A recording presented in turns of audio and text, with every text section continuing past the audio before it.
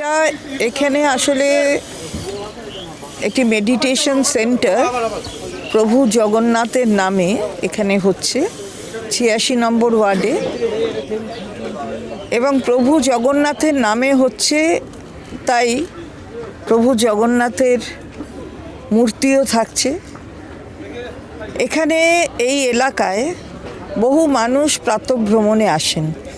শুধুমাত্র যে ৮৬ নম্বর ওয়ার্ড তা নয়, এটা লেক সংলগ্ন দক্ষিণ কলকাতার এই জায়গাটিতে বহু মানুষ ঘুরতে আসেন, প্রাতঃভ্রমণে আসেন, এবং তাদের একটা চাহিদা ছিল বহুদিন যে একটা মেডিটেশন সেন্টার হোক, যেখানে যোগা করতে পারবেন, যেখানে এইভাবে একটু নিজেকে শুদ্ধিকরণ করবার রাস্তা যেটা যারা ভাবেন সেইটা তারা করতে পারবেন।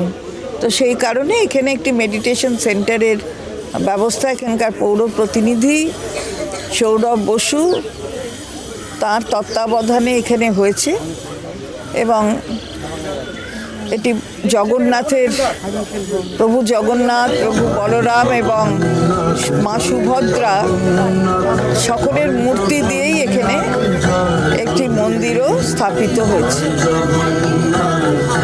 নয়ন পথগামী তুমি জগন্নাথ স্বামী, সেটাই এখানে মানুষ আসবেন, এবং এখানকার মানুষ খুব খুশি যে এইভাবে একটা মেডিটেশন সেন্টার হচ্ছে এবং প্রভুর এখানে এই মূর্তিও স্থাপিত হচ্ছে।